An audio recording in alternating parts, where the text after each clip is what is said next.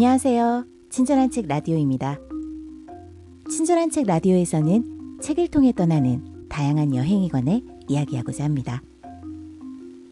오늘은 그 7번째 날로 현 서울중앙지방법원 부장판사인 문희석님의 개인주의자 선언과 함께 책여행을 떠나봅니다.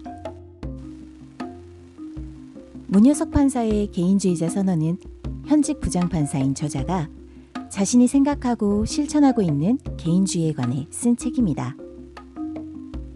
인간 혐오라는 제목의 책 프롤로그가 강렬하게 책의 내용에 관한 궁금증을 유발하는데요.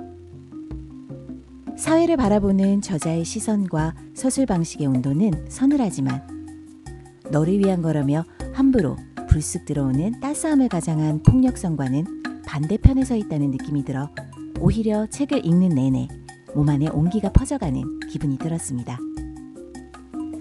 그럼 지금부터 저와 함께 문희석 판사가 이야기하는 합리적 개인주의에 관한 이야기 속으로 떠나볼까요?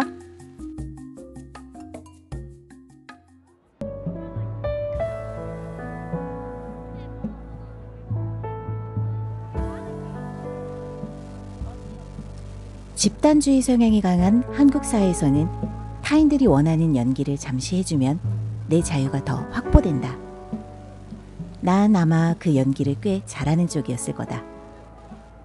요령껏 정싫은 것은 정면으로 부딪히지 않으면서 피해 다니고 어쩔 수 없이 감수해야 하는 것이라면 오히려 적극적으로 잘 해내고 재수 없는 캐릭터다. 아무리 객관적인 척 논리를 펴도 결국 인간이란 자신의 선호, 자기가 살아온 방법에서 벗어나기 힘들다. 게다가 현대 심리학의 연구 결과는 인간의 성격조차 타고난 요소, 즉 유전자의 영향이 상당하다고 말해준다. 그 바탕 위에 인간관계, 독서, 일 등을 통해 쌓아온 직간접적 경험들이 결국 나라는 고유한 개인을 만들어내는 것이다. 영화 스타워즈에 나오는 서로 다른 별에서 온 외계인들이 북적대는 술집 같은 것이 내가 생각하는 사회다. 저 초록색 외계인들이 내 맘에는 안 들더라도 어차피 잠시 머물며 즐겁게 보내야 할 이 술집에서 서로 오해하고 총질하면 내 손해니 잠시 참아주기라도 하자는 합의가 있어야 술집이 돌아간다. 다름은 물론 불편하다. 하지만 그 불편함을 가능한 참아주는 것, 그것이 톨레랑스고 차이에 대한 용인이다. 제발 우리 서로 사이좋게 지내요. 어차피 한동안은 이 땅에 다 같이 발붙이고 살아야 하잖아요. 그러니 서로 노력을 해나가자고요. 평생 청각장애인으로 살아야 될 정도로 백인 경관들에게 무차별 구타를 당한 로드니 킹이 LA 폭동 때 평화를 호소하며 했던 말이다. 누구나 자기 몫의 아픔은 안고 살고 있다라는 거다. 고통만큼은 평등할지도 모르겠다는 생각이 든다.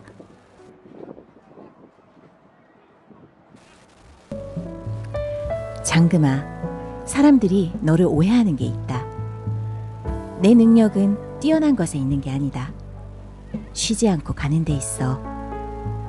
모두가 그만두는 때에 눈을 동그랗게 뜨고 다시 시작하는 것. 너는 얼음 속에 던져져 있어도 꽃을 피우는 꽃이야.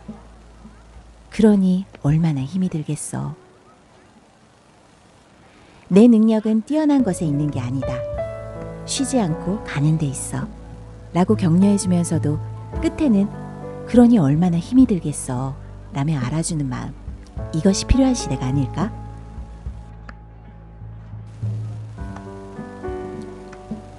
내게는 제자리로 돌아와 나 자신을 대면하게 만드는 습성이 하나 있다. 개구리, 박쥐, 곰도 아닌 주제에 겨울마다 활동성이 극히 떨어지고 혼자만의 공간에 틀어박혀 꼼짝도 하기 싫은 증세가 나타나곤 한다. 봄에서 가을까지 의욕과잉, 욕심, 탐닉, 집착, 조바심 등이 나도 모르게 조금씩 쌓이다가 겨울의 어느 순간 도대체 왜 그랬었지? 하는 느낌에 막 공장 출고된 상태로 돌아가는 거다. 세상과 전면적인 관계를 맺고 싶지는 않다. 나의 초기 상태다. 사춘기 소년이 아니니까 세상과 일체의 관계를 맺고 싶지 않다는 아니다. 그건 불가능한 망상이다. 다만 내가 통제할 수 있는 범위 내에서만 관계를 맺고 살아가고 싶다. 내 공간을 침해받고 싶지 않은 것이 내 본능이고 솔직한 욕망이다. 누구는 세상으로부터 전면적인 인정, 사랑, 존경을 받고 싶어하고 누구는 세상에 전면적으로 헌신하고 싶어하지만 누군가는 광장 속에서는 살기 힘든 체질이기도 하다. 그냥 레고에는 여러 모양의 조각들이 있는 거다.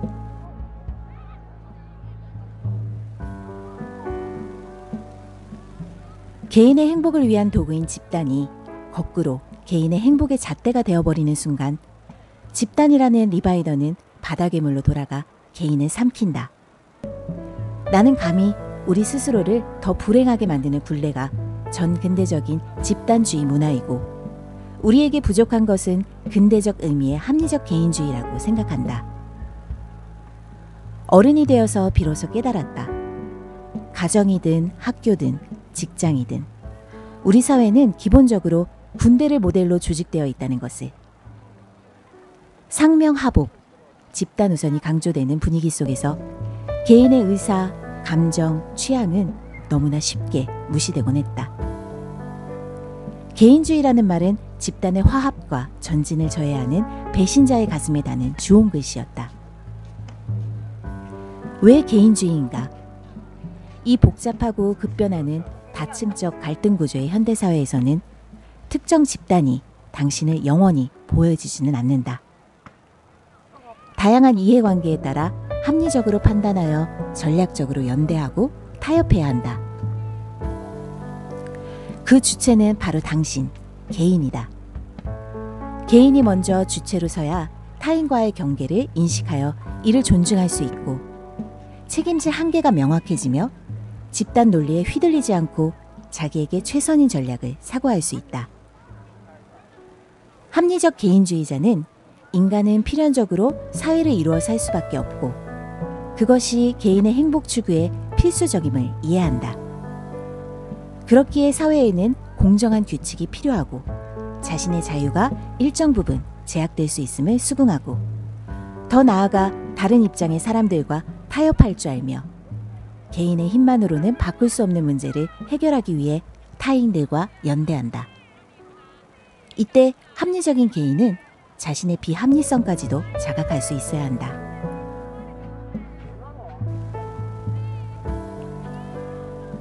극단적인 표현이지만 어떤 때는 우리 사회가 집단적 정신병을 앓고 있는 것처럼 보일 때가 있다. 경쟁의 피라미드에서 비교적 상층부에 있는 사람들 역시 그런 압박에서 자유롭지 못하다. 남들 눈에 비치는 내 모습에 집착하는 문화. 집단 내에서의 평가에 개인의 자존감이 좌우되는 문화. 우리가 더 불행한 이유는 결국 우리 스스로 자승자박하고 있기 때문 아닐까?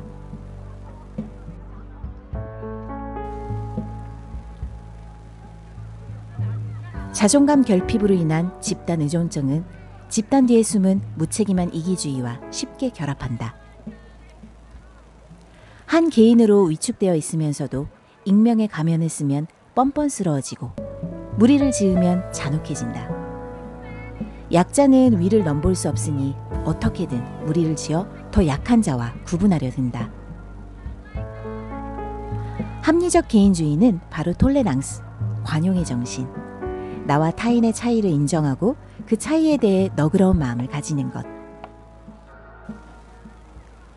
첨단을 건넨 IT 강국이자 정치제도적인 민주화를 성공적으로 이룬 사회라지만 정신적으로는 아직 근대적 자유주의조차 제대로 체화하지 못한 문화지체를 겪는 곳에서 마왕 신해철과 같은 사람은 끊임없이 시대와 불화를 낳는다.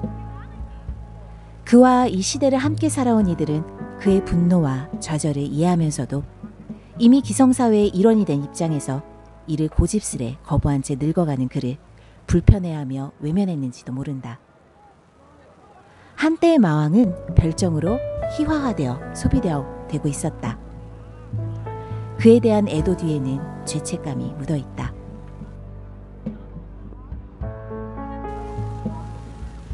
페이스북은 참 묘한 매체다. 방자와 향단이를 통해 대화를 주고받는 이몽룡과 춘향이 같다. 어쩐지 우울한 날이다 라고 쓰면 저커버크 씨가 열심히 이 집 저 집 다니며 누구누구님이 외롭다셔요. 놀아주세요 라고 말을 전한다. 바쁜 정갈들이 오가며 점점 상승작용이 일어난다. 전하는 목소리들은 실제보다 더 비장하기도 하고 또 더 화사하기도 하다. 읽는 이들의 반응을 의식하면 할수록 실제 자신으로부터 더 많이 이탈해 온라인상의 페르소나가 되어간다. 그럼 나는 왜 페이스북에 글을 쓰는 걸까? 결국 재미있어서 쓰는 것 같다. 나 자신의 생각을 관찰하는 데서 큰 재미를 느낀다. 돌아서면 잊어버리기 때문에 적어둔 글을 나중에 읽는 재미가 있다. 다른 이들의 반응이 더해지면 더 재미있다.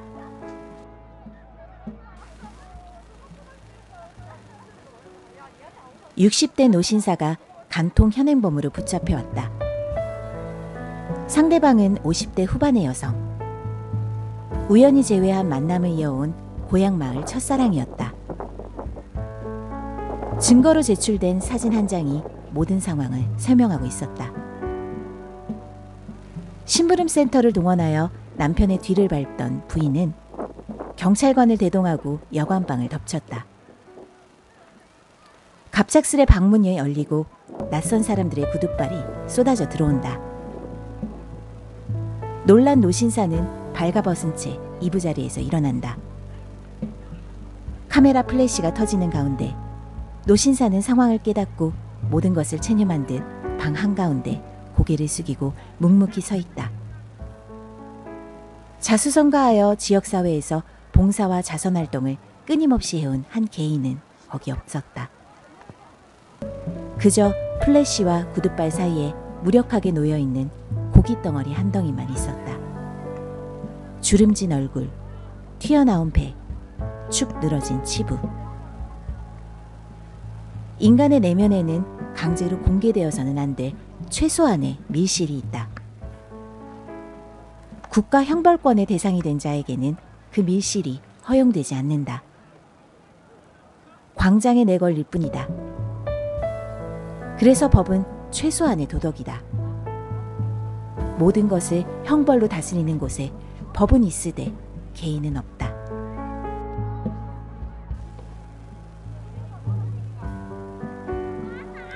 행복의 기원의 저자 서은국 교수에 따르면 실증적 연구 결과 인간이 행복감을 가장 많이 자주 느끼는 원천은 바로 인간이다.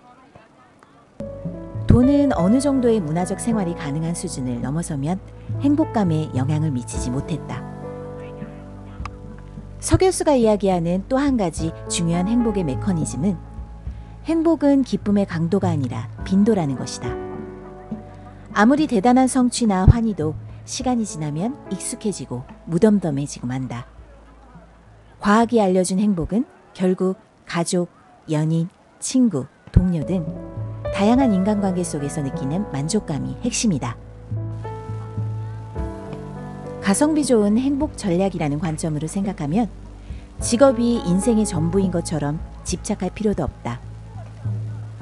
현실적으로 자기가 선택 가능한 직업 중 최선을 선택하여 생계를 유지하되 직업은 직업일 뿐 자신의 전부를 규정하는 것은 아니므로 취미생활, 봉사, 사회참여 등 다양한 행복활동을 병행할 수 있는 것이다.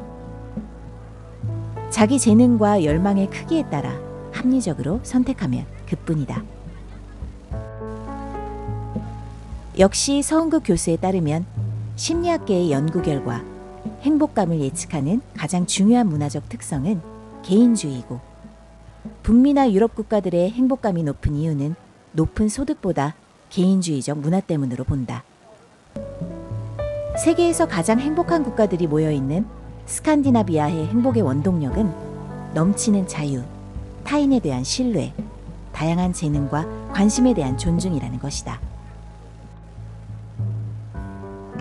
인간 행동의 원천이 다른 사람들과의 관계인데 집단주의 문화가 왜 사람을 불행하게 하는지에 대해 서 교수는 이렇게 답한다. 맛있는 음식도 내가 원치 않을 때 강제로 먹으면 배탈이 나듯 타인과의 관계가 나의 선호에 따라 자유롭게 선택되는 것이 아니라 내 의사와 관계없이 강요되고 의무와 복종의 위계로 짜이는데 이것이 행복의 원천이 될 리 없다. 내성적이고 사회성이 떨어지는 이들도 개인의 다양성을 존중하고 서로 함부로 간섭하지 않고 배려하는 성숙한 개인주의 문화의 사회라면 충분히 행복할 수 있다. 집단의 강요 없이 자기가 스스로 선택한 취향이 맞는 작은 인간관계들의 고리석에서 말이다.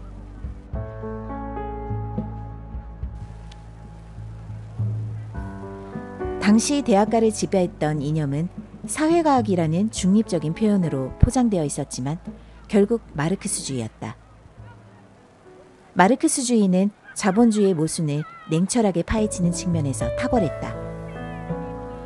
아름다운 말로 포장된 인간사회 구조의 곳곳에 탐욕과 이기심, 지배와 피지배 구조가 있다는 걸 일깨워 주었다.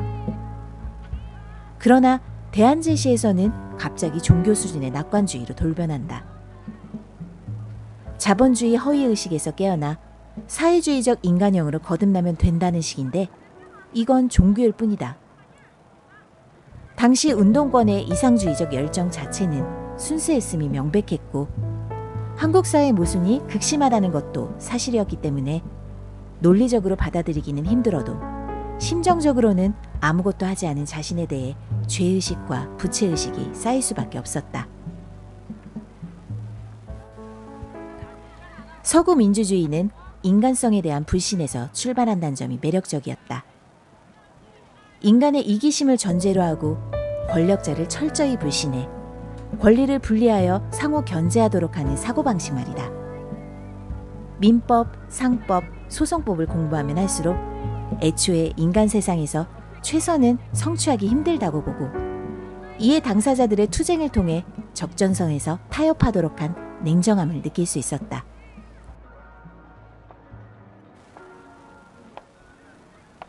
사회학자의 눈으로 우리 시대 대학생들의 모습을 그린 오차나 선생의 우리는 차별을 찬성합니다. 괴물이 된 20대의 자화상은 어떤 의미에서는 공포스러운 책이다.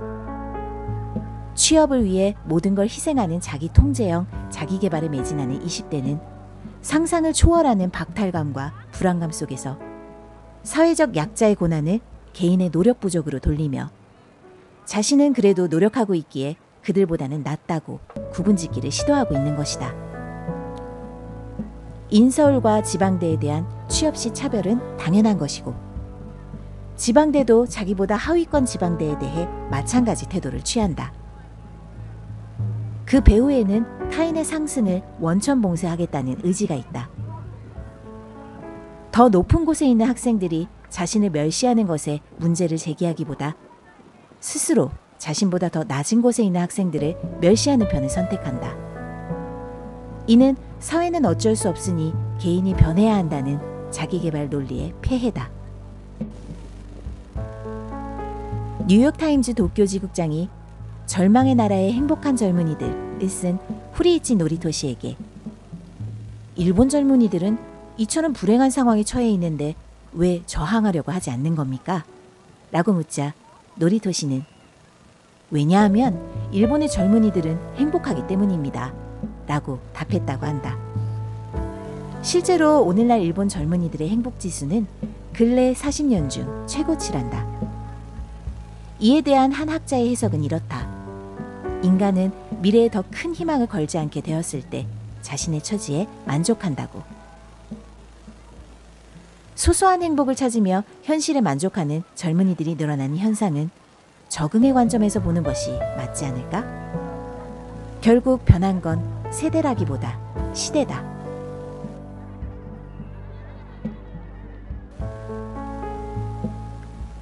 인간 세상에는 하늘에서 뚝 떨어진 가치 중립적인 팩트란 없다. 선비가 모멸적 용어인 세상이다. 위선 떨지 말라는 뜻이다. 속 시원한 본능의 배설은 찬양받고 이를 경계하는 목소리는 위선과 가식으로 증오받는다. 그러나 본능을 자제하는 것이 문명이다. 저열한 본능을 당당히 내뱉는 위약이 위선보다 나을 것이 도대체 무엇인가? 생각해보면 후배 세대의 위약은 선배 세대인 나 같은 사람들의 위선이 나은 것이다. 권위주의와 싸운다는 명분으로 막말과 냉소가 주는 쾌락에 도취했고 그 결과 진보와 보수의 탈을 쓴 반지성주의가 적대적 공생관계를 맺는 인터넷 생계를 만들어냈다. 후배들에게 사과한다. 기득권은 다 누린 주제에 극심한 경쟁과 불투명한 미래에 좌절하는 후배들을 욕하는 선배의 일원이기에 말이다.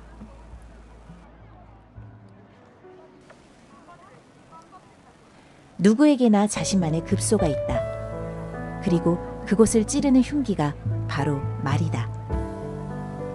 대의의 새 황금문. 누구나 말하기 전에 새 문을 거쳐야 한다. 그것이 참말인가? 그것이 필요한 말인가? 그것이 친절한 말인가?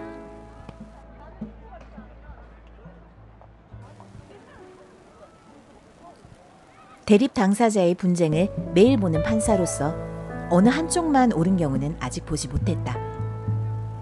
이 지경까지 온 데는 모두에게 책임이 있다. 공격이 공격을 부르고 불신이 불신을 낳다보면 가족도 이웃도 원수가 된다. 분쟁을 해결하는 실마리는 상호 비난을 자제하고 본질적인 문제로 돌아가는 것이다. 당시만 해도 우리 모두는 한마음으로 이런 비극이 다시 일어나지 않도록 원인을 밝히자고 동의했다. 그런데 한낱 원인을 밝히는 방법에 대한 세세한 의견 차이 때문에 한 아비가 죽어가는 것을 지켜보고만 있다. 모두가 공유했던 그 마음으로 돌아갈 수만 있다면 분명히 서로 대화할 여지는 있을 것이다. 문학적 감수성은 누구에게나 필요하지만 법관에게는 더더욱 필요하다. 심리학이든 다른 어떤 학문이든 결국 인간의 여러 특성 중 범주화할 수 있는 보편성을 추출해서 보여준다. 문학은 그보다 훨씬 풍부하게 인간의 개별성, 예외성, 비합리성을 체험하게 해준다. 후자에 대한 이해 내지 상상력 없이 이루어지는 재판은 침대 길이에 맞춰 인간의 신체를 절단하는 프로크루스테스의 침대로 전락할 수 있다. 인간 행위를 기술하는 방식에는 문학 이외의 육하 원칙이 지배하는 신문 기사가 있다. 인간이 저지르는 사건은 결국 인간 내면의 작용인데 기자들은 주로 외형적 행위와 그 결과에만 치중하고 내면의 동기는 돈, 욕정, 복수심 등으로 간명하게 유형화하곤 한다. 그러나 유감스럽게도 법관으로 일해온 경험에 비추어 보면 실제 인간 세계에서 벌어지는 일들 중 상당수는 인과관계도 동기도 선악 구분도 명확하지 않다. 흔히들 생각하는 것과 달리 냉정한 팩트 집합으로 보이는 신문기사보다 주관적인 내면 고백 덩어리로 보이는 문학이 실제 인간이 저지르는 일들을 더 잘 설명해 줄 때가 많다.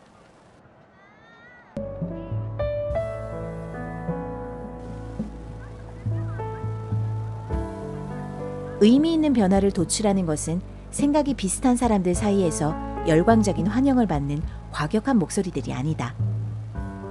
이는 오히려 반대 의견을 가진 집단의 반발과 결속만 강하게 만들어 의견의 양극화를 심화시킬 뿐이다.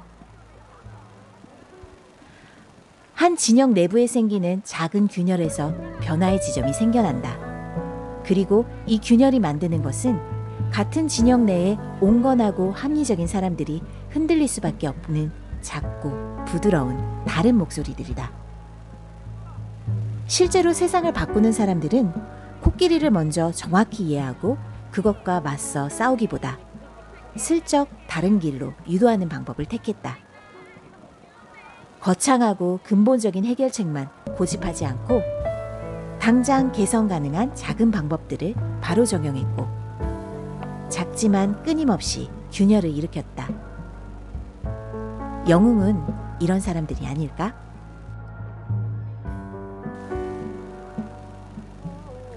한 젊은 판사의 조정 성공률이 무려 80%를 넘어서고 있었다. 법관 세미나 자리에서 그의 비결을 발표하도록 설득했다. 그의 발표는 이렇다. 당사자를 누구누구님이라고 부른다. 제가 어떻게 도와드리면 될까요? 원고가 얼마나 화가 났는지, 피고가 얼마나 좌절했을지 충분히 이해함을 말과 행동으로 표현한다. 어느 부분이 제일 억울하세요? 당사자의 고통을 경청한다. 잘 해결될 겁니다. 너무 걱정하지 마세요. 긍정적인 분위기를 만든다. 저는 원고도 모르고 피고도 모릅니다. 사건을 상세하게 말씀해 주시면 제가 올바르게 판단하겠습니다. 믿음을 준다. 분쟁에서 감정을 분리하고 얽매여 있는 명분을 내려놓도록 설득한다. 그리고 조정 전날 밤에는 꼭 기도한다. 고통받는 이들을 도울 수 있는 힘을 주소서.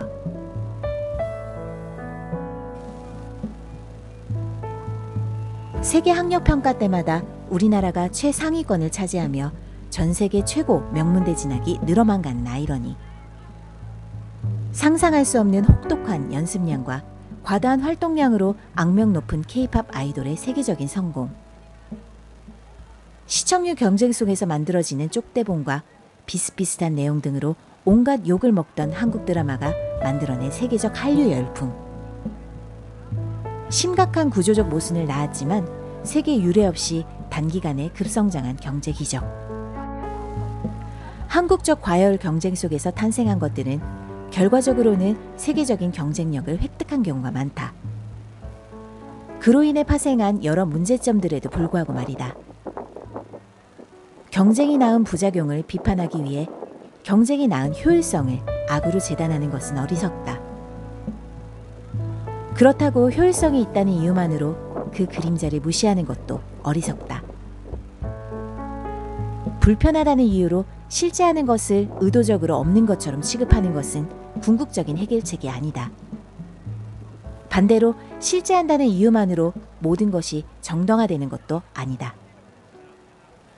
불편한 진실 자체에 도덕적 잣대를 들이대어 왜곡하지 말고 그 진실을 토대로 어떻게 사회를 개선할 것인가를 고민해야 한다. 산업화 세대와 민주화 세대가 서로를 부정하는 것은 비극이다. 그림자를 강조하기 위해 빛을 애써 지울 필요도 없고 빛을 강조하기 위해 그림자를 외면할 필요도 없다. 있는 것을 있는 그대로 외면하지 않고 직시하는 것이 사회를 실질적으로 개선하는 출발점이다.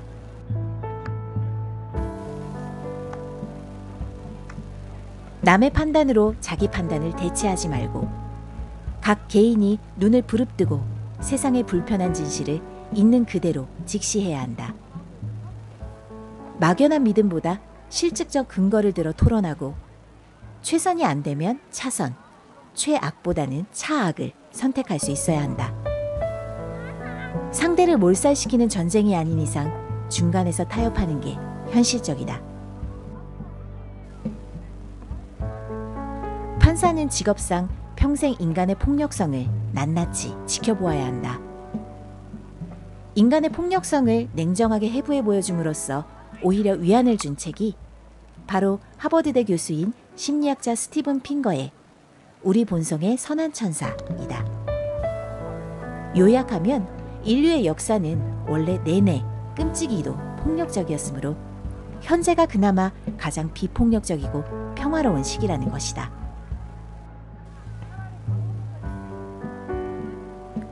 북유럽 사회에서 배울 것은 정치나 제도 이전에 먼저 그들의 문화적 전통이 아닐까 한다.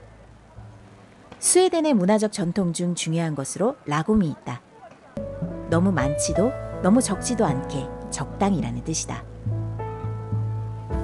북유럽 전역에서 관습법처럼 통용되는 얀테의 법이라는 것도 있다. 당신이 특별하다고 생각지 마라. 남보다 더 낫다고, 남보다 더 많이 한다고, 남보다 더 중요하다고 생각지 마라. 남을 비웃지 마라. 자기 과실을 부끄럽게 생각하는 성수가 배려의 문화가 정착되어 있기에 빈부격차가 실제보다 더 적게 느껴진다.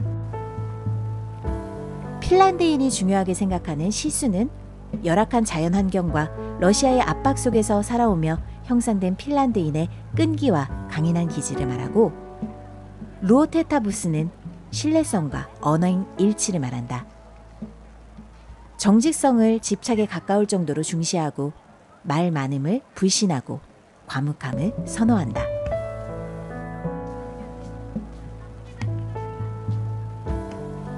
강한 책임을 기꺼이 질 수 있는 가치관은 어떻게 배양되는가?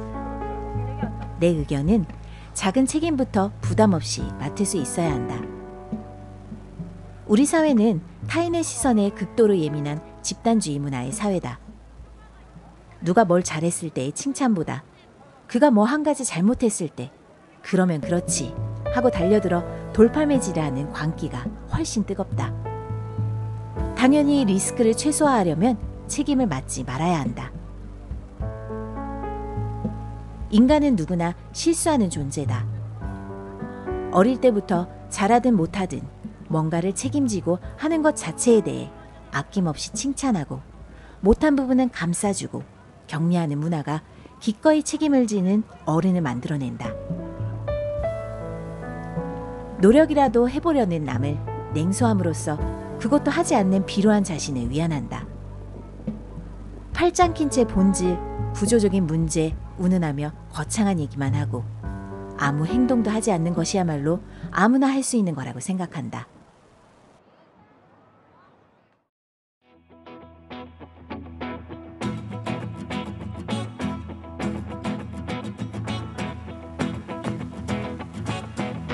우리는 서로 다른 별에서 온 언어도 다르고 생김도 다른 외계인들입니다. 다름은 불편한 일이지만 그 불편함을 가능한 참아주는 것, 그 차이에 대해 너그러운 마음을 가지는 것, 이것이 모두가 함께 오해와 싸움 없이 지구별에 머물다 갈 수 있는 방법입니다. 넘치는 자유, 타인에 대한 신뢰, 다양한 재능과 관심에 대한 존중, 여기에 타협을 통한 전략적 연대가 가능하다면 지구별에 머물다 가는 동안 우리 모두는 더할 나위 없는 행복을 느낄 수 있겠죠? 합리적인 개인주의의 시작은 바로 톨레랑스, 나와 타인의 차이에 대해 너그러운 마음을 가지는 것에서 시작됩니다. 친절한 책 라디오, 오늘은 여기까지. 오늘도 함께해 주셔서 고맙습니다.